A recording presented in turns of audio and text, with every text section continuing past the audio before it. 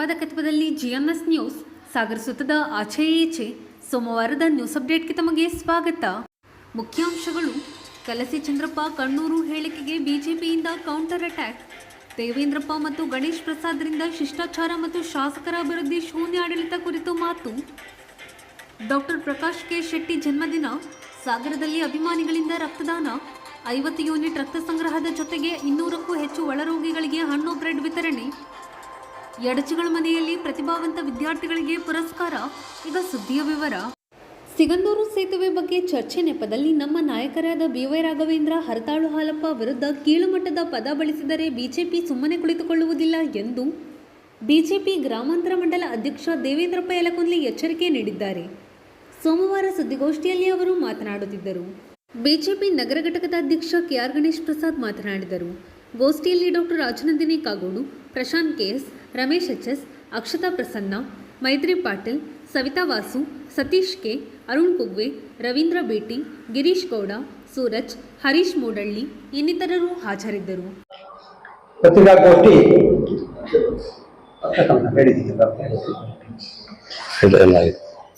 ಈಗ ಸಿಗಂದೂರು ಸೇತುವೆ ಅದಾಯ್ತು, ಎಲ್ಲವೂ ಆಯ್ತು. ಆದರೂ ಕೂಡ ನಮ್ಮ ಕಾಂಗ್ರೆಸ್ ಸ್ನೇಹಿತರು ಅಲ್ಲಲ್ಲಿ ಅದನ್ನೇ ಮತ್ತೆ ನಿನ್ನೆ ನಾನು ನೋಡಿ GNS ನ್ಯೂಸ್ ಅಲ್ಲಿ ಬಂದಿತ್ತು.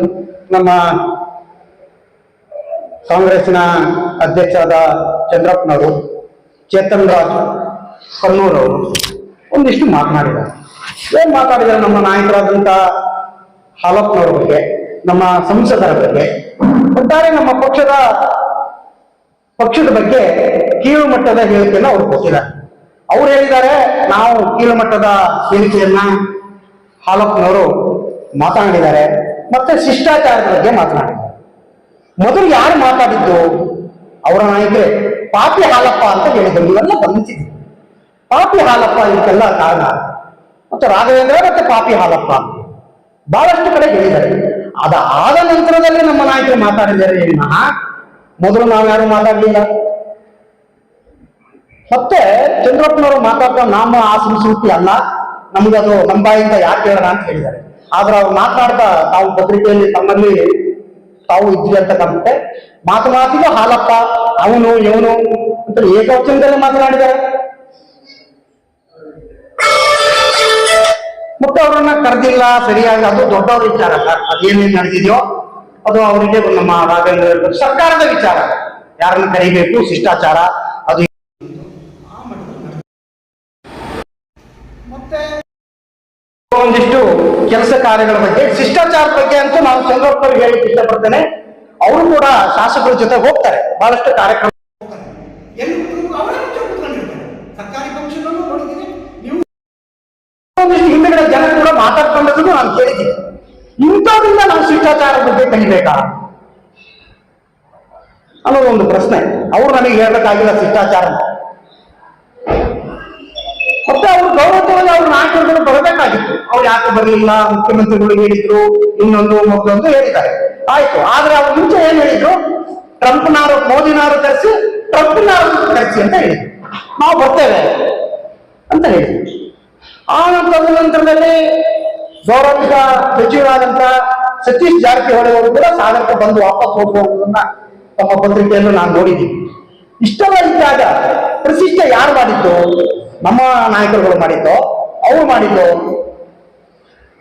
ಅದಕ್ಕೆ ಉತ್ತರ ಕೊಡ್ಬೇಕಲ್ಲ. ಮತ್ತೊಂದಿಷ್ಟು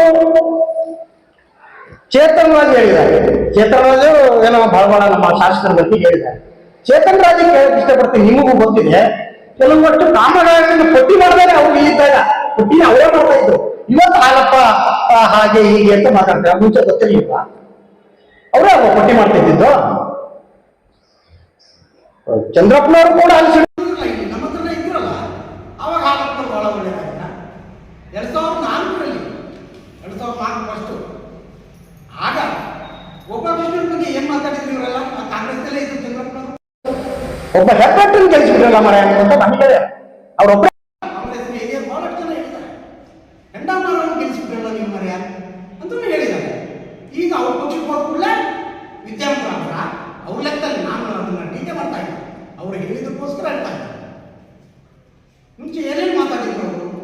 ಸಾಗರ 10 ಆಗೋದು, ಹೋಗಿ ಹೋಗಿ ಇಂಥವ್ರನ್ನ ತಿಮ್ಮಪ್ಪನವ್ರ ಎದುರಿಗೆ ಇಂಥವ್ರನ್ನ ಗೆಲ್ಲಿಸ್ಬಿಟ್ರಿ ಅಂತೇಳಿ ಮಾತಾಡಿದ್ರು. ಅದನ್ನ ನೆನ್ಪಿಡ್ಕೊಂಡು ಮಾತಾಡೋದು. ಈಗ ಅವ್ರನ್ನ ಮೆಚ್ಚಿಸಕ್ಕೋಸ್ಕರ ಶಾಸಕರನ್ನ ಮೆಚ್ಚಿಸ ಅವರು ಈ ಥರದ ಮಾತುಗಳನ್ನ ಅವ್ರು ಹಿಂದೇನು ಮಾತಾಡಿದ್ರು ಅಂದನ್ನ ಸ್ವಲ್ಪ ಮಾಡ್ಕೊಂಡು ನಮ್ಮ ಜೊತೆಗೆ ಇದ್ರು. ಆಗ ಗೋಪಾಲಕೃಷ್ಣವ್ರ ಬಗ್ಗೆ ತುಂಬಾ ಮಾತಾಡಿದ್ದಾರೆ ಮತ್ತೆ ಅಂತವನು ಇಂಥವ್ರು ಅಂತೇಳಿ. ಯಾವುದೇ ಪಕ್ಷಕ್ಕೆ ಹೋಗ್ಬಿಟ್ಟು ನಾವು ಒಳ್ಳೆವ, ಬೇರೆ ಪಕ್ಷದಲ್ಲಿ ಹೋಗ್ಬಿಟ್ಲೆ ಅವನಿಗೆ ಏನು ಗೊತ್ತಿಲ್ಲ ಅನ್ನೋದು ಮಾತಾಡೋದಲ್ಲ. ತಮ್ಮ ನೀನು ಒಂದೇ ಥರ ಇರೋದಲ್ಲ, ಎಲ್ಲೋದ್ರು ಅದನ್ನ ಅವರಿಗೆ ಹೇಳಲಿಕ್ಕೆ ಇಷ್ಟಪಡ್ತೇನೆ. ಮತ್ತೆ ಗೋಪಾಲಕೃಷ್ಣ ಅವರಿಗೆ ಇದರ ಬಗ್ಗೆ, ಸೇತುವೆಯ ಬಗ್ಗೆ ಎಷ್ಟಿತ್ತು ಅನ್ನೋದನ್ನ ಒಂದು ಪತ್ರಿಕೆ ಹೇಳಿದ್ದೀನಿ. ನೀರನ್ನ ಕಡಿಮೆ ಮಾಡಿ ಹಂಗಾದ್ರೆ ಇದು ಆಗಬಾರ್ದಾಗಿಲ್ಲ. ಅವ್ರ ಲೆಕ್ಕ ಯೋಚನೆ ಮಾಡಿ, ನೀರನ್ನ ಕಡಿಮೆ ಮಾಡಿ ಈ ಸೇತುವೆ ಆ ಮನಸ್ಸಲ್ಲಿ ಏನಿತ್ತು ಅವರಿಗೆ, ಈ ಸೇತುವೆ ಆಗಬಾರ್ದು ಅನ್ನೋದಿತ್ತು, ಆಗ್ಬೇಕು ಅನ್ನೋದಿತ್ತು. ಅದರ ಜೊತೆಗೆ ಕೆಳಗಡೆ ಹಸಿರು ಮಕ್ಕಳು ಸೇತುವೆ ಕೊಟ್ಟಿಲ್ಲ. ಅದನ್ನು ನಮ್ಮ ನಾಯಕರುಗಳು ಹೇಳ್ತಾರೆ, ನಮ್ಮ ಸರ್ಕಾರ ಇದ್ದಾಗ ಏನ್ ಕೊಟ್ವಿ ಅಂತ. ಅವ್ರಿಗೆ 2 ವರ್ಷ ಆತಲ್ಲ, ಈಗಂತ ಹೇಳ್ಬೇಕಲ್ಲ. ಅದನ್ನು ಹೇಳ್ಬೇಕಲ್ಲ. ಮತ್ತೆ ನಮ್ಮ ಅವ್ರ ನೆನಪಿ 3 ಸರಿ ಇದ್ರೆ 2.5 ವರ್ಷ, 2 ಪೀರಿಯಡ್ ಕಂಪ್ಲೀಟ್. ಈಗ 2.5 ವರ್ಷ. ಅವ್ರು ಏನ್ ಮಾಡಿದ್ದಾರೆ, ನಾವು 5 ವರ್ಷದ ಹಾಲತ್ನಲ್ಲಿ ಏನಿದ್ದಾರೆ ಅವ್ರು ಬರ್ಲಿ, ಸವಾಲ್ ಆಗ್ತಿದೆ.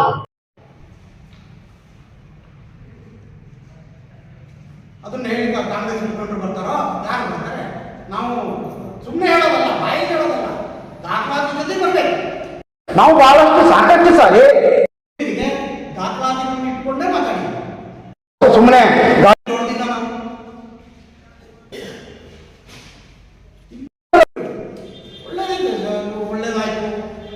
ಹಿಂಗೆ ಎಲ್ಲರನ್ನೂ ನೆನೆಸ್ಕೊಂಡ್ಯಾರ. ನಮ್ಮ ಶಾಸಕರು ಇರ್ಬೋದು, ನಮ್ಮ ಸಂಸದರು ಇರ್ಬೋದು, ಎಲ್ಲರ ಹೆಸರು ಅವತ್ತು ಏನೇನು ಮಾಡಿದ್ರು, ಯಾರ್ಯಾರು ಅಲ್ಲಿ ಹೋರಾಟವನ್ನು ಮಾಡಿದ್ರು ಅಂತವರಿಗೆ, ಆ ಚದರಳ್ಳಿ ಪರಮೇಶ್ವರ್ ಅಂತ ಹಿರಿಯರಿಗೆ ಸನ್ಮಾನವನ್ನು ಕೂಡ ನಾವು ಮಾಡಿದೀವಿ, ಅಲ್ಲಿ ಮಾಡಿದ್ರು. ಅದನ್ನ ಬಿಟ್ಬಿಟ್ಟು ಹಿಂಗೆ ಬಿಡ್ಬೇಕು. ಅದನ್ನೇ ಬರೇ ಹೇಳ್ಕೊಂತ ಹೋಗೋದಕ್ಕಿಂತ ಬದಲು ಒಬ್ಬರಿಗೆ ಗಮನ ಹರಿಸ್ಬೇಕು. ಏನಾಗ್ತಿದೆ ಈಗ, ಮೊನ್ನೆ ಪತ್ರಿಕೆಯಲ್ಲಿ ನಾನು ಕೆರೋಡಿ ಅಂತ ಹೇಳಿ ಗ್ರಾಮದಲ್ಲಿ ಅಭಿವೃದ್ಧಿ ಏನಾಗ್ತದೆ. ಈಗ ಮೊನ್ನೆ ನಡೆದಿದೆ ಪತ್ರಿಕೆಯಲ್ಲಿ ನಾನು ಕೆರೋಡಿ ಅಂತ ಹೇಳಿ ಗ್ರಾಮದಲ್ಲಿ ರೆವೆನ್ಯೂ ಜಾಗದಲ್ಲಿರ್ತಕ್ಕಂಥ ಶುಂಠಿಯನ್ನ ಫಾರೆಸ್ಟ್ ಕೊಟ್ಟಿದ್ದಾರೆ. ತಪ್ಪು ಮಾಹಿತಿಯಿಂದ ಇದು ಫಾರೆಸ್ಟ್ ಜಾಗ ಅಂತ ಹೇಳಿ ಹೋಗಿ, ಫಾರೆಸ್ಟ್ ಜಾಗ ಈಗ ಅದು ರೆವೆನ್ಯೂ ಅಂತ ಆಗಿದೆ. ಅತ್ಲಾಗ ಹೋಗ್ಬೇಕು. ಆ ಕಡೆ ರೈತರಿಗೆ ನ್ಯಾಯ ಕೊಡಿಸುವಂತ ಶಾಸಕರಾಗಲಿ ಅವರ ಪಕ್ಷದವರಾಗಲಿ ಗಮನ ಹರಿಸಬೇಕು. ಹೇಳಿದ್ದೇ ಹೇಳ್ಕಂತ ಹೋಗೋದನ್ನು ಬಿಟ್ಟು ಅವನ ರೈತನಿಗೆ ಫಾರೆಸ್ಟ್ ಅಂತ ಕಂಡು ಬಂತು, ಆಯ್ತು. ಅವನೇನು ಗೊತ್ತು ಮುಚ್ಚಿ ರಾತ್ರಿ ಹಾಕಿಲ್ಲ, ಆಗಲೇ ಹಾಕಿದ್ದಾನೆ. 3 ತಿಂಗಳು ಆಯ್ತು ಹಾಕಿ, ಶುಂಠಿ ಸುಮಾರು ಆಗಲೇ ಬಂದ್ಬಿಟ್ಟಿದೆ. ಆವಾಗ ನಾವು ಕಡೆಗೆ ಹೋಗಲ್ಲ. ಅವನೇನು ಪಾಕಿಸ್ತಾನದಿಂದ ಬಂದ ಅಲ್ಲಲ್ಲ, ನಮ್ಮವನೇ ಅಲ್ಲ, ಇಲ್ಲೇನಲ್ಲ ರೈತ. ಅವನಿಗೆ ಮುಂಚೆ ಹೇಳ್ಬೇಕಾಗಿತ್ತಲ್ಲ. ಅವರು ಈಗ ಹೋಗಿ ಏಕಾಏಕಿ 1941ರಲ್ಲಿ ಕೆರೋಡಿ ಗ್ರಾಮದಲ್ಲಿ 2 ಎಕರೆ ಅಷ್ಟು ಅವನು ಮಾಡಿ ಆಯ್ತು. ತಪ್ಪಿದ್ರೆ ಅವನಿಗೆ ಶುಂಠಿ ಹಾಕಬೇಕಾದ್ರೆ ಹೇಳ್ಬೇಕಾಗಿತ್ತಲ್ಲ. ಇಂಥ ಕಡೆ ಇದ್ದಷ್ಟು ಬಹಳಷ್ಟು ಇದ್ದಾವೆ. ಆ ಕಡೆ ಜನರ ಬಗ್ಗೆ, ಜನಸಾಮಾನ್ಯರ ಬಗ್ಗೆ, ಕ್ಷೇತ್ರದ ಬಗ್ಗೆ ಯೋಚನೆ ಮಾಡಬೇಕನ್ನ ಈ ಥರದ ಅವ್ರು ಹಾಗಂದ್ರು, ಇವ್ರು ಹೀಗಂದ್ರು. ಅವ್ರು ಹೇಳಿದ್ರು, ಇನ್ನೊಂದ್ಸರಿ ಹೇಳ್ತೀನಿ, ಅವರು ಪಾಪಿ ಹಾಲಪ್ಪ ಅಂತೇಳಿ ಬಹಳಷ್ಟು ಕಡೆ ಮಾತಾಡಿದ್ದಾರೆ. ಚಂದ್ರಪ್ಪನವ್ರು ಹೇಳಿದ್ದಾರೆ, ನಾ ಹಿಂದೆ ಹಾಲಪ್ಪ ಮಾತಾಡ್ತಾ ಇದ್ರೆ ಹಾಲಪ್ಪ ಅಂತ ಹೇಳಿದ್ದಾರೆ ಚಂದ್ರಪ್ಪನವ್ರು. ಮಾತಾಡ್ತಾ ಅವನು ಇವನು ಅಂತೇಳಿ ಮಾತಾಡಿದ್ದಾರೆ. ಇದೇನಿದ್ದಾರೆ ಅವರು. ನಾನು ಅವರಿಗೆ ಹೋಗಬಾರ ಅನ್ನಲ್ಲ. ಗೌರವಿತವಾಗಿ ನಮ್ಮ ಪಕ್ಷ ಒಂದು ಸಂಸ್ಕಾರವನ್ನು ನಮಗೆಲ್ಲ ತಿಳಿಸಿ ಅದನ್ನು ಒಂದಿಷ್ಟು ಅಳವಡಿಸ್ಕೊಂಡಿದ್ದೀವಿ. ನಾವು ಹಿರಿಯರು ನಿಮ್ಮಂಥವ್ರು ಹೇಳಿದ್ರು, ನಿಂತ್ಕೊಟ್ಟವರು ಕೆಲವು ಸಾರಿ ನಮಗೆ ಸಂಸ್ಕಾರವನ್ನು ಹೇಳ್ಕೊಟ್ಟಿದ್ದೀವಿ. ಆ ಸಂಸ್ಕಾರವನ್ನು ಮೂಡಿಸ್ಕೊಂಡು ನಾವು ಮಾತಾಡ್ತಕ್ಕಂಥವ್ರು. ಹಾಗಾಗಿ ಅವ್ರು ಏನು ಹೋರಾಟ ಮಾಡಿದ್ವಿ ಹಾಲಪ್ಪ ಹೀಗೆ ಮುಂದುವರೆದ್ರೆ ಅಂತೇಳಿ ಹೇಳಿದ್ದಾರೆ. ನಮಗೆ ಬರಲ್ಲ, ನಾವೇ ಸುಮ್ಮನೆ BJP ಆತ್ಮೀಯ ಎಲ್ಲ ಪತ್ರಕರ್ತರ ಸ್ನೇಹಿತರೆ, ಈಗಾಗಲೇ ದೇವೇಂದ್ರಪ್ಪನವರು ಸವಿಸ್ತಾರವಾಗಿ ತಾಲೂಕಿನ ಚಿತ್ರಣವನ್ನು ಬಿಚ್ಚಿಟ್ಟಿದ್ದಾರೆ. ಈಗಾಗಲೇ ಮೊನ್ನೆ ಗೋಪಾಲಕೃಷ್ಣ ಬೇಳೂರು ಶಾಸಕರಾಗಿ ಸುಮಾರು 2.5 ವರ್ಷ ಹತ್ತಿರ ರೀಚ್ ಆಗ್ತಾ ಇದ್ದಾರೆ. ಅಂದರೆ ಒಬ್ಬ ಶಾಸಕರಾದವರಿಗೆ, ಜನಪ್ರತಿನಿಧಿಯಾದವರಿಗೆ ತನ್ನ ಚಾಪನ್ನು ತೋರಿಸ್ಕೊಳ್ಳಲಿಕ್ಕೆ ಸಿಕ್ಕಿರ್ತಕ್ಕಂಥ ಒಂದು ದೊಡ್ಡ ಅವಧಿ. ಆದರೆ ಈ ಒಂದು 2.5 ವರ್ಷಗಳ ಅವಧಿಯಲ್ಲಿ ಬಹುಶಃ ನಾವೇನಾದರೂ ಅವರ ಒಂದು ಕಾರ್ಯವೈಖರಿಯನ್ನು ಗಮನಿಸಿದಾಗ, ಇಲ್ಲಿಗೆ ತಂದಿರತಕ್ಕಂಥ ಅನುದಾನಗಳ ಬಗ್ಗೆ ಚರ್ಚೆಯನ್ನು ಮಾಡಿದಾಗ ಅದು ಬಿಗ್ ಝೀರೋ, ದೊಡ್ಡ ಶೂನ್ಯ ಆಗ್ತಾ ಇದೆ. ಇದುವರೆಗೂ ಕೂಡ ವಿಶೇಷವಾಗಿ ನಾನು ಸಾಗರ ನಗರಸಭೆಯನ್ನು ಸೇರ್ತಾ ಹೇಳ್ತಾ ಇದ್ದೀನಿ, ಒಂದೇ ರೂಪಾಯಿ ಕೂಡ ನಮ್ಮ ಅನುದಾನಗಳು ಬಂದಿಲ್ಲ. ಈ ಮಾತನ್ನು ನಾವು ಹೇಳಿದವಾಗ ಅವರು ಪತ್ರಿಕಾಗೋಷ್ಠಿ ಮಾಡ್ತಾರೆ, ವಾರ್ಡಿಗೆ 2 ಕೋಟಿ ವಾರ್ಡಿಗೆ 1 ಕೋಟಿ ಕೊಟ್ಟಿದ್ದೀವಿ, ಈ ರೀತಿಯಲ್ಲಿ ಒಂದು ರೀತಿಯ ಗಾಳಿಯಲ್ಲಿ ಗುಂಡು ಹೊಡಿತಕ್ಕಂಥ ಒಂದಷ್ಟು ಹೇಳಿಕೆಗಳನ್ನು ನಿಮ್ಮ ಪತ್ರಿಕೆಗಳನ್ನು ಕೂಡ ನಾವು ಅದರಲ್ಲೂ ಮೊನ್ನೆ ಒಂದು ಪತ್ರಿಕಾಗೋಷ್ಠಿನಲ್ಲಿ ಸಾಗರದ ಸರ್ಕಾರಿ ಆಸ್ಪತ್ರೆಗೆ 70 ರೂಪಾಯಿ ಮಂಜೂರಾಗಿದೆ ಅಂತ ಹೇಳಿ ಮಂಜೂರಿ ಅಂತಾನೆ ಹೇಳಿದ್ರು. ನಾನು ಅದನ್ನ ನಿಮ್ ಪೇಪರ್ ಕಟ್ಟಿಂಗ್ಸ್ ನಾನು ಹತ್ತಿರ ಮಂಜೂರಿ ಅಂತಾನೆ ಹೇಳಿದ್ರು. ನಾವು ವಿಚಾರ ಮಾಡಿದವಾಗ ಒಂದೇ ರೂಪಾಯಿ ಕೊಟ್ಟು ಪ್ರಸ್ತಾವನೆ ಹೋಗಿದೆ ಅಂತ ಹೇಳ್ತಾರೆ ವಿನಃ ಒಂದೇ ರೂಪಾಯಿ ಕೂಡ ಸರ್ಕಾರಿ ಬಂದಿದೆ. ಅಂದ್ರೆ ಕೇವಲ ಈ ರೀತಿಯಲ್ಲಿ ಒಂದಷ್ಟು ಗಾಳಿಯಲ್ಲಿ ಗುಂಡು ಅಂತ ಹೇಳ್ತೀವಿ, ಜನಸಾಮಾನ್ಯರಲ್ಲಿ ಒಂದು ರೀತಿ ಕಲ್ಪನೆಯನ್ನು ಬಿತ್ತತಕ್ಕಂತ ವಿಷಯದಲ್ಲಿ ಮಾತ್ರ ವಾಸ್ತವವಾಗಿ 1 ರೂಪಾಯಿ ಕೂಡ ಸರ್ಕಾರದಿಂದ ತರದಲ್ಲಿ ವಿಫಲವಾಗಿದೆ. ಈಗಾಗಲೇ ನಮ್ಮ ಸಿಗಂದೂರು ಸೇತುವೆ ಇದೆಲ್ಲ ವಿಚಾರಗಳು ಕೂಡ ಸಾಮಾನ್ಯ ಜನ ನೋಡ್ತಾ ಇದ್ದಾರೆ. ಇವತ್ತು ಇದೇ ಪಕ್ಷದ ಅತ್ಯಂತ ಮುತ್ಸದ್ದಿ ರಾಜಕಾರಣಿ ಕಾಗೋಡು ತಿಮ್ಮಪ್ಪನವರು ಅವತ್ತಿನ ಸಭೆಯಲ್ಲಿ ಭಾಗವಹಿಸಿ ಆ ಸಭೆಯ ಬಗ್ಗೆ ಮತ್ತು ಆ ಒಂದು ಕಾರ್ಯ ಆಗಿರೋದ್ರ ಬಗ್ಗೆ ಬಹಳ ಅತ್ಯದ್ಭುತವಾಗಿ ಮಾತನಾಡೋದು, ಭಾವನಾತ್ಮಕವಾಗಿ ಮಾತನಾಡೋದು. ಹಾಗಾದ್ರೆ ಅವರನ್ನು ಇವರು ಟೀಕೆ ಮಾಡ್ತಾರೆ. ಕಾಗೋಡು ತಿಮ್ಮಪ್ಪನವರಿಗೆ ಈ ಕಾರ್ಯಕ್ರಮದ ಬಗ್ಗೆ ಅರಿವು ಇರುವಾಗ ಇವ್ರ ಪ್ರಕಾರ ಹೋಗೋದಾದ್ರೆ, ಯಾಕಂದ್ರೆ ಒಬ್ಬ PWD ಸಚಿವ ಸಾಗರಕ್ಕೆ ಬಂದು ಅವರನ್ನು ವಾಪಸ್ ಕಳಿಸ್ತಾರೆ ಅಂತಂದ್ರೆ ಇವ್ರಿಗೆ ಎಷ್ಟು ದ್ವೇಷ ಇದೆ ಅಂತ ಹೇಳ್ತಕ್ಕಂಥದ್ದು ಕಾಣ್ತಾ ಇದೆ. ಸಾಗರದಲ್ಲಿ ಬಹಳ ಮಟ್ಟಿನ ದ್ವೇಷದ ರಾಜಕಾರಣ ಇತ್ತೀಚಿನ ದಿನಗಳಲ್ಲಿ ಪ್ರಾರಂಭ ಆಗಿದೆ. ಬಹುಶಃ ಇದೇ ರೀತಿಯ ರಾಜಕಾರಣ ನಡೀತಾ ಇದ್ರೆ ಮುಂದೆ ಸಾಗರದ ಪರಿಸ್ಥಿತಿ ಯಾವ ದಿಕ್ಕಿಗೆ ಹೋಗುತ್ತೆ ಹೇಳೋದ್ರ ಬಗ್ಗೆ ಒಂದು ರೀತಿಯ ಆತಂಕ ಇವತ್ತು ಇಡೀ ಸಾಗರದ ಜನಮಾನಸದಲ್ಲಿ ಅನಿಸ್ತಾ ಇದೆ. ಯಾಕಂದ್ರೆ ಈ 2.5 ವರ್ಷಗಳ ಅವಧಿ ಏನಿದೆ, ಈ ಅವಧಿಯನ್ನು ನೋಡಿದವಾಗ ಜನಸಾಮಾನ್ಯರು ಇವತ್ತು ಸಂಪೂರ್ಣವಾಗಿ ಈ 2 ವರ್ಷಗಳ ಅವಧಿಯನ್ನ ವೀಕ್ಷಣೆ ಮಾಡಿ ಸಂಪೂರ್ಣವಾಗಿ ಇವತ್ತು ವಿಚಲಿತರಾಗಿದ್ದಾರೆ.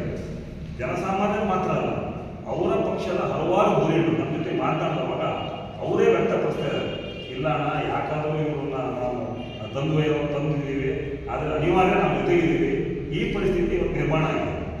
ಈಗಾಗಲೇ ಅವ್ರು ಹೇಳಿದಾಗೆ ಚಂದ್ರಪ್ಪನವ್ರು ಇರ್ಬೋದು, ಚೇತನ್ ಇರ್ಬೋದು, ಇವರೆಲ್ಲರೂ ಕೂಡ ನಮ್ಮ ಕಡೆಯಿಂದ ಇಲ್ಲಿಂದ ಹೋದವರು. ಇವತ್ತು ಅವರಿಗೆ ಅಲ್ಲಿಯ ಪರಿಸ್ಥಿತಿಯನ್ನು ನೋಡಿದವಾಗ ಅವರಿಗೆ ಬಹುಶಃ ಮನಸ್ಸು ಹೇಳ್ತಕ್ಕಂಥದ್ದಿದ್ರೆ ಒಂದು ಆತ್ಮಾವಲೋಕನ ಮಾಡ್ಕೊಳ್ತಕ್ಕಂಥದ್ದು ಒಳ್ಳೆಯದು. ಸುಮ್ಮನೆ ಅವ್ರನ್ನ ಮೆಚ್ಚಲಿಕ್ಕೆ ಒಂದಷ್ಟು ವಿಷಯಗಳನ್ನು ಹೇಳೋದು ಬಂದು ಒಂದಷ್ಟು ಆತ್ಮಾವಲೋಕನ ಮಾಡ್ಕೊಂಡು ಚರ್ಚೆ ಮಾಡ್ಕೊಳ್ತಕ್ಕಂಥದ್ದು ಒಳ್ಳೆಯದು. ಎರಡನೇದು 50 ಕೋಟಿ ರೂಪಾಯಿ ಅನುದಾನ ಬಂದಿದೆ ಅಂತಕ್ಕಂಥ ಒಂದು ಸುದ್ದಿ ಇವತ್ತು ನಿಮ್ಮ ಮಾಧ್ಯಮದ ಮೂಲಕ ನಮಗೆ ತಿಳಿದಿದೆ. ಬಟ್ ಅದು ಯಾವ ಇದರಿಂದ ಬಂದಿದೆ ಏನು ಅಥವಾ ಅದರ ಕ್ರಿಯಾ ಯೋಜನೆ ಏನಾಗಿದೆ ಯಾವುದೂ ಕೂಡ ಗೊತ್ತಿಲ್ಲ. ಇದೆ ಯಾವ ರೀತಿಯಲ್ಲಿ ಅದನ್ನು ಬಳಸ್ಕೊಳ್ತಾರೆ ಹೇಳ್ತಕ್ಕಂಥ ವಿಚಾರವೂ ಕೂಡ ಗೊತ್ತಿಲ್ಲ. ಬಂದಿದ್ದೇ ನಿಜ ಆಗಿದ್ರೆ ಅದನ್ನ ನೋಡಿ ಯೋಚನೆ ಮಾಡಿ. ಅಂದರೆ ನಮ್ಮ ಶಾಸಕರು ಹಾಲಪ್ಪನಾಗಿದ್ದ ಸಂದರ್ಭದಲ್ಲಿ 1000 ಕೋಟಿ ಅನುದಾನವನ್ನು ತಂದಿದ್ವಿ. ಕೇವಲ 1.5 ವರ್ಷ ಅವಧಿ ಅವರಿಗೆ ಸರಿಯಾಗಿ ಸಿಕ್ಕಿರುತ್ತೆ. ಯಾಕಂದ್ರೆ ಮೊದಲು 1 ವರ್ಷ ಕುಮಾರಸ್ವಾಮಿ ಅವರಿದ್ರು, ಅದರ ನಂತರ 2 ವರ್ಷ ಕರೋನಾ ಬಂತು. ಉಳಿದ 1.5 ವರ್ಷಗಳ ಅವಧಿಯಲ್ಲಿ ಅಷ್ಟೊಂದು ಮೊತ್ತದ ಒಂದು ಅನುದಾನವನ್ನು ತಂದಿದ್ವಿ. ಇವುದು 2.5 ವರ್ಷಕ್ಕೆ 50 ಕೋಟಿ ತಂದಿದ್ದೀವಿ ಹೇಳೋದನ್ನೇ ಸಂಭ್ರಮ ಪಡೆದು ನೋಡಿದ್ರೆ ನಮಗೆ ಒಂದು ರೀತಿ ಖೇದ ಉಂಟಾಗುತ್ತೆ. 2 ವರ್ಷ ಅವಧಿಯಲ್ಲಿ ಯಾವ ರೀತಿ ಸಾಗರದ ಅಭಿವೃದ್ಧಿ ದೃಷ್ಟಿಯಲ್ಲಿ ಪ್ರಯತ್ನ ಮಾಡಿದ್ದಾರೆ ಅಂತಕ್ಕಂಥದ್ದು ಗೊತ್ತಾಗ್ತಾ ಇದೆ. ಹಾಗಾಗಿ ಒಟ್ಟಾರೆ ನಾವು ಒಟ್ಟಾರೆ ಸಾಗರ ಕ್ಷೇತ್ರಕ್ಕೆ ಜನಸಾಮಾನ್ಯರಿಗೆ ಅನುಕೂಲವಾಗುವಂತಹ ಒಂದಷ್ಟು ಕಾರ್ಯಯೋಜನೆಗಳನ್ನ ಅಭಿವೃದ್ಧಿ ಕಾಮಗಾರಿ ತಗೊಂಡ್ಬಂದ ವಿನಃ ಈ ರೀತಿ ವೈಯಕ್ತಿಕವಾಗಿ ಆರಂಭದಲ್ಲಿ ಬೈಯೋದು, ರಾಜ್ಯದಲ್ಲಿ ಬೈಯೋದು, ಮತ್ತೊಬ್ಬರಿಗೆ ಬೈಯೋದು, ಇದನ್ನೇ ಅಂದ್ರೆ ಜನಮಾನಸದಲ್ಲಿ ಇದೇ ವಿಷಯಗಳು ಚರ್ಚೆಯಲ್ಲಿ ಇರಬೇಕೆ ವಿನಃ ಅಭಿವೃದ್ಧಿ ವಿಚಾರ ಚರ್ಚೆ ಆಗಬಾರ್ದು. ಇದೊಂದೇ. ಯಾಕಂದ್ರೆ ಅವರಿಗೆ ಏನಿದೆ, ದುಡ್ಡು ಬರಲ್ಲ ಅಂತ ಗೊತ್ತಿದೆ. ಹಾಗಾಗಿ ಜನಮಾನಸದಲ್ಲಿ ಈ ರೀತಿ ಇದೆ. ಭಾರತದಲ್ಲಿ ಬೈಯೋದು, ರಾಜ್ಯದಲ್ಲಿ ಬೈಯೋದು, ಯಡಿಯೂರಪ್ಪನಿಗೆ ಬೈಯೋದು, ಇನ್ನೊಂದ್ಸತಿ ಯಡಿಯೂರಪ್ಪ ಹೊಗಳೋದು, ಇಲ್ಲ ಇವರು ಸೇತುವೆ ಇವರೇ ಅಂತ ಹೊಗಳೋದು. ಈ ರೀತಿ ಒಂದಷ್ಟು ಜನಮಾನಸದಲ್ಲಿ ಇದೇ ವಾತಾವರಣ ಯಾವಾಗಲೂ ಇರಬೇಕು. ಅಭಿವೃದ್ಧಿ ಬಗ್ಗೆ ಚರ್ಚೆ ಆಗಬಾರ್ದು. ಇದು ಅವರ ಒಂದು ಹಿಂದಿರ್ತಕ್ಕಂಥ ಒಂದು ಯೋಚನೆ. ಹಾಗಾಗಿ ದಯಮಾಡಿ ಏನು 50 ಕೋಟಿ ಕೊಟ್ಟಿದ್ದಾರೆ ಅಂತ ಹೇಳ್ತಾ ಇದ್ದೀರಿ, ಇನ್ನಷ್ಟು ಒತ್ತಡ ಹಾಕಿ. ಬಹುಶಃ ಮೇಲ್ಮಟ್ಟದಲ್ಲಿ ನಡೀತಾ ಇರ್ತಕ್ಕಂಥ ನಿಮ್ಮ ಉಪಮುಖ್ಯಮಂತ್ರಿ ಮುಖ್ಯಮಂತ್ರಿಗಳ ನಡುವಿನ ಒಂದು ಹೋರಾಟ ಇದೆ. ಆ ಹೋರಾಟದಲ್ಲಿ ಸಾಗರಕ್ಕಾದ ರಕ್ತದಾನ ಅತ್ಯಂತ ಶ್ರೇಷ್ಠವಾದದ್ದು. ರಕ್ತದಾನದ ಬಗೆಗಿನ ಮೂಢನಂಬಿಕೆಯಿಂದ ಹೊರಗೆ ಬಂದು ಧೈರ್ಯವಾಗಿ ರಕ್ತದಾನ ಮಾಡಿ ಇನ್ನೊಬ್ಬರ ಪ್ರಾಣ ರಕ್ಷಣೆ ಮಾಡಿ ಎಂದು ರೋಟರಿ ರಕ್ತನಿಧಿ ಕೇಂದ್ರದ ಡಾಕ್ಟರ್ ಬಿಜಿ ಸಂಗಮ್ ತಿಳಿಸಿದರು. ಸಾಗರದ ರೋಟರಿ ರಕ್ತನಿಧಿ ಕೇಂದ್ರದಲ್ಲಿ ಸೋಮವಾರ ಉದ್ಯಮಿ ಡಾಕ್ಟರ್ ಕೆ ಪ್ರಕಾಶ್ ಶೆಟ್ಟಿ ಜನ್ಮದಿನದ ಪ್ರಯುಕ್ತ ಅಭಿಮಾನಿ ಬಳಗದ ವತಿಯಿಂದ ಆಯೋಜಿಸಿದ್ದ ಸ್ವಯಂ ಪ್ರೇರಿತ ರಕ್ತದಾನ ಶಿಬಿರ ಮತ್ತು ಉಪವಿಭಾಗೀಯ ಆಸ್ಪತ್ರೆ ಒಳರೋಗಿಗಳಿಗೆ ಹಣ್ಣು ಹಂಪಲು ವಿತರಣೆ ಕಾರ್ಯಕ್ರಮದಲ್ಲಿ ಪಾಲ್ಗೊಂಡು ಅವರು ಮಾತನಾಡುತ್ತಿದ್ದರು. ಕಾರ್ಯಕ್ರಮದ ಅಧ್ಯಕ್ಷತೆ ವಹಿಸಿ ಬಂಟರ ಸಂಘದ ಅಧ್ಯಕ್ಷ ಸುಧೀರ್ ಕುಮಾರ್ ಶೆಟ್ಟಿ ಮಾತನಾಡಿದರು. ರೋಟರಿ ರಕ್ತನಿಧಿ ಕೇಂದ್ರದ ಅಧ್ಯಕ್ಷ doctor HM. Shivakumar, Ashwath Narayan, doctor Sachin, ಮಾಸ ನಂಜುಂಡಸ್ವಾಮಿ, ಅಣ್ಣಪ್ಪ ಶೆಟ್ಟಿ, ಸತ್ಯನಾರಾಯಣ್ ಶೆಟ್ಟಿ, ಸದಾನಂದ್ ಶೆಟ್ಟಿ, ನಾಗರಾಜ್ ಶೆಟ್ಟಿ, ಪ್ರಕಾಶ್ ಶೆಟ್ಟಿ ಇನ್ನಿತರರು ಹಾಜರಿದ್ದರು. ಶಿಬಿರದಲ್ಲಿ 50 ಯೂನಿಟ್ ರಕ್ತ ಸಂಗ್ರಹವಾದರೆ ಆಸ್ಪತ್ರೆಯ 200 ಒಳರೋಗಿಗಳಿಗೆ ಹಣ್ಣು ಬ್ರೆಡ್ ವಿತರಣೆ ಮಾಡಲಾಯಿತು. ಮಾಡ್ತಾ ಇರ್ತಕ್ಕಂಥದ್ದು ಬಹಳ ಸಂತೋಷವಿದೆ. ಇವತ್ತು ಪ್ರಕಾಶ್ ಶೆಟ್ಟಿ ಅವರ ಅಭಿಮಾನಿ ಬಳಗ ಹಾಗೂ ಬಂಟರ ಸಂಘದ ನೇತೃತ್ವದಲ್ಲಿ ಇವತ್ತೇನು ರಕ್ತದಾನ ಶಿಬಿರವನ್ನ ಇವತ್ತೇನು ಆಯೋಜನೆ ಮಾಡಿದ್ದು, ಇವತ್ತು ಸುಮಾರು ಒಂದು 30-35ಕ್ಕೂ ಈಗಾಗಲೇ ಆಗಿದೆ. ಈಗ ಯೂನಿಟ್ಗಳು ಈಗಾಗಲೇ ಆಗಿದೆ. ನಾನು ಮತ್ತೆ ಪ್ರಕಾಶ್ ಶೆಟ್ಟಿ ಅವರ ವಿಷಯಕ್ಕೆ ಬರೋದಾದ್ರೆ, ತನಗಾಗಿ ಅರಳುವ ಹೂವು ಹೂವಲ್ಲ, ತನಗಾಗಿ ಬೆಳಗುವ ಬೆಳಕು ಬೆಳಕಲ್ಲ, ತನಗಾಗಿ ಬಾಳುವ ಬಾಳು ಬಾಳಲ್ಲ. ಇದು ಪ್ರಕಾಶ್ ಶೆಟ್ಟಿ ಅವರ ಜೀವನಕ್ಕೆ ಸೂಕ್ತವಾದಂಥ ಶಬ್ದಗಳು ಅನ್ನೋದನ್ನ ಈ ಸಂದರ್ಭದಲ್ಲಿ ನಾನು ಹೇಳಲಿಕ್ಕೆ ಇಷ್ಟಪಡ್ತೇನೆ. ಅವರು ತನಗಾಗಿ ಬಾಳಲೇ ಇಲ್ಲ, ಅವರು ತನಗಾಗಿ ಬೆಳಗಲೇ ಇಲ್ಲ, ಅವರು ತನಗಾಗಿ ಏನನ್ನು ಅಂದರೆ ತಾನು ಗಳಿಸುವ ಹಣದ ಒಂದು ಪಾಲನ್ನ ಸಮಾಜಕ್ಕೋಸ್ಕರ ದೇಣಿಗೆಯಾಗಿ ನೀಡ್ತಕ್ಕಂಥ ಒಂದು ಹೃದಯವಂತ ಪ್ರಕಾಶ್ ಶೆಟ್ಟಿ ಅವರ ಈ ಒಂದು ಅವರ ಒಂದು ಹುಟ್ಟಿದಬ್ಬವನ್ನ ಇವತ್ತಿನ ದಿನ ನಾವು ಒಂದು ಎಲ್ಲರೂ ಸೇರಿ ಇವತ್ತು ಆಚರಣೆ ಮಾಡ್ತಾ ಇರ್ತಕ್ಕಂಥದ್ದು ನಮಗೆ ಬಹಳ ದೊಡ್ಡ ಹೆಮ್ಮೆಯ ವಿಷಯ ಅನ್ನೋದನ್ನ ಈ ಸಂದರ್ಭದಲ್ಲಿ ನಾನು ಹೇಳಲಿಕ್ಕೆ ಇಷ್ಟಪಡ್ತೀನಿ. ಬಂಧುಗಳೇ, ಡಾಕ್ಟರ್ ಪ್ರಕಾಶ್ ಶೆಟ್ಟಿ ಅವರು ಬಹಳ ದೊಡ್ಡ ಉದ್ಯಮಿ. ಅವರು ಸರಣಿ ಪಂಚತಾರ ಹೋಟೆಲ್ಗಳ ಮಾಲೀಕರಾದರೂ ಕೂಡ ಸಾಕಷ್ಟು ಅತ್ಯಂತ ಎತ್ತಿರದ ವ್ಯಕ್ತಿತ್ವವನ್ನ ಹೊಂದಿರತಕ್ಕಂಥ ವ್ಯಕ್ತಿ ಆದರೂ ಕೂಡ ಪ್ರಪಂಚದಾದ್ಯಂತ ಅವರ ವ್ಯವಹಾರವನ್ನ ಕ್ಷೇತ್ರವನ್ನ ಇಟ್ಕೊಂಡಿರ್ತಕ್ಕಂಥ ವ್ಯಕ್ತಿ ಆದರೂ ಕೂಡ ಅವರು ನಮ್ಮ ಸಮಾಜದ ಬಗ್ಗೆ ಹಾಗೂ ಅನ್ಯ ಸಮಾಜದ ವ್ಯಕ್ತಿಗಳ ಬಗ್ಗೆ ಅವರಿಗೆ ಇರ್ತಕ್ಕಂಥ ಕರುಣೆ ಹಾಗೂ ಆ ಜನರ ಬಗ್ಗೆ ಚಿಂತಿಸುವಂತ ಅವರ ವ್ಯಕ್ತಿತ್ವ ಅದು ನಮ್ಮನ್ನ ಮತ್ತಷ್ಟು ಆಕರ್ಷಣೀಯವಾಗಿ ಅವರನ್ನು ಕಂಡ್ರೆ ನಮಗೆ ಆಕರ್ಷಣೆ ಆಗಿದೆ ಅಂತ ಹೇಳೋದಕ್ಕೆ ಈ ಸಂದರ್ಭದಲ್ಲಿ ನಾನು ಇಷ್ಟಪಡ್ತೀನಿ. ಬಂಧುಗಳೇ, ಈ ಸಂದರ್ಭದಲ್ಲಿ ಮತ್ತೆ MRG ಗ್ರೂಪ್ನ ಆಡಳಿತ ನಿರ್ದೇಶಕರಾದಂಥ ಪ್ರಕಾಶ್ ಶೆಟ್ಟಿ ಅವರ ಈ ಒಂದು ಸಮಾಜ ಸೇವೆ ಹಾಗೂ ಎಲ್ಲ ಒಂದು ಕಾರ್ಯಕ್ರಮಗಳು ಇನ್ನೂ ಹೆಚ್ಚಿನ ರೀತಿಯಲ್ಲಿ ಇನ್ನು ಮುಂದೆ ನಡೆಯಲಿ.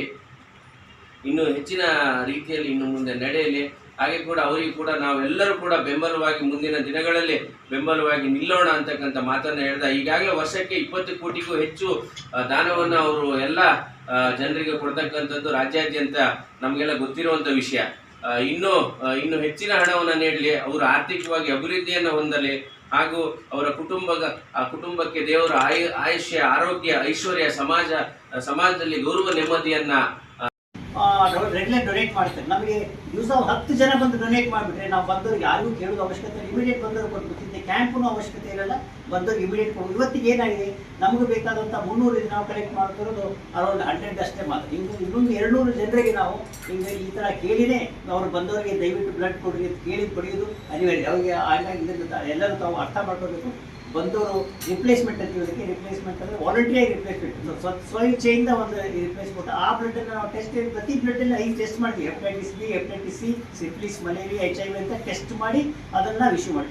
ಆ ಟೆಸ್ಟ್ ಮಾಡಲಿಕ್ಕೆ ನಾವು ಲೇಟೆಸ್ಟ್ ಮೆಥಡ್ ಕ್ಲಿಯರ್ ಮೆಥಡ್ ಅನ್ನು ಲೇಟೆಸ್ಟ್ ಮೆಥಡ್ ಇನ್ಫೆಕ್ಷನ್ ಆಗಿ ಸ್ವಲ್ಪ ದಿವಸದಲ್ಲಿ ಕಂಡುಹಿಡಿಯುವಂಥದ್ದು, ಕಾಯಿಲೆ ಕಂಡುಹಿಡಿಯುವಂಥ ಮೆಥಡನ್ನು ನಾವು ಒಂದು ಮೆಷಿನ್ ಹಾಕಿದ್ವಿ. ಅದು ಮೆಷಿನ್ ಆಲ್ಮೋಸ್ಟ್ 40 ಲಕ್ಷ ಎಲ್ಲ ಈ ಆ ಥರ ಮೆಷಿನ್, ಕ್ಲಿಯರ್ ಮೆಷಿನು ಸಾಗರದ ಬ್ಲಡ್ ಬ್ಯಾಂಕ್ ಬಿಟ್ಟರೆ ಶಿವಮೊಗ್ಗದಲ್ಲಿ ಇಲ್ಲ. ಶಿವಮೊಗ್ಗದ ನಾರಾಯಣದಲ್ಲಿ ನಾರಾಯಣದಲ್ಲಿ ಯಾವ ಥರ ಅಂದ್ರೆ ಅದ್ರ ಜೊತೆ 150 ಬೇರೆ ಬೇರೆ ಟೆಸ್ಟ್ಗಳು ಮಾಡ್ಬೋದು. ಆ ಟೆಸ್ಟ್ಗಳು ಮಾಡ್ಲಿಕ್ಕೆ ಉಪಯೋಗ ಮಾಡ್ತಾ ಅದ್ರ ಜೊತೆ ಬ್ಲಡ್ ಬ್ಯಾಂಕ್ ಎಕ್ಸ್ಕ್ಲೂಸಿವ್ಲಿ ಬ್ಲಡ್ ಬ್ಯಾಂಕಿಗೆ ಇರುವಂಥ ಕ್ಲಿಯರ್ ಮೆಷಿನ್ ಅಂದರೆ ಸಾಗರದ ಬ್ಲಡ್ ಬ್ಯಾಂಕ್ ಬಂದಂತೆ ನಾವೆಲ್ಲ ಸಾಗರದ ಹೆಮ್ಮೆ ಪಡುವಂಥ ನಾವು ಐ ಸೇಫ್ ಬ್ಲಡ್ ಅನ್ನ ನಾವು ಕೊಡುವಂಥ ವ್ಯವಸ್ಥೆ ನಾವು ಮಾಡಿದ್ದೀವಿ. ಹೀಗಾಗಿ ನಾವು ಎಲ್ಲರೂ ಈ ಬ್ಲಡ್ ಯಾಕೆ ರಿಪ್ಲೇಸ್ಮೆಂಟ್ ಕೊಡಬೇಕು ಅನ್ನೋದು ನಮಗೆಲ್ಲ ಗೊತ್ತಿದೆ. ಮತ್ತು ಪ್ರತಿಯೊಬ್ಬರು ತಮ್ಮ ಬೇರೆ ಬೇರೆ ಕಾರಣಕ್ಕಾಗಿ ತಮ್ಮ ಮನೆಯಲ್ಲಿರೋ ಹುಟ್ಟಿದಕ್ಕೆ ಅಥವಾ ಯಾವುದೋ ಒಂದು ಒಳ್ಳೆ ಕಾರ್ಯಕ್ಕೆ ಬಂದು ಬ್ಲಡ್ ಕೊಟ್ಟಾಗ ನಾವು ಈ ಬ್ಲಡ್ ಬ್ಯಾಂಕನ್ನು ಸುಲಭವಾಗಿ ನಡೆಸಲಿಕ್ಕೆ ಸಾಧ್ಯ ಆಗುತ್ತೆ.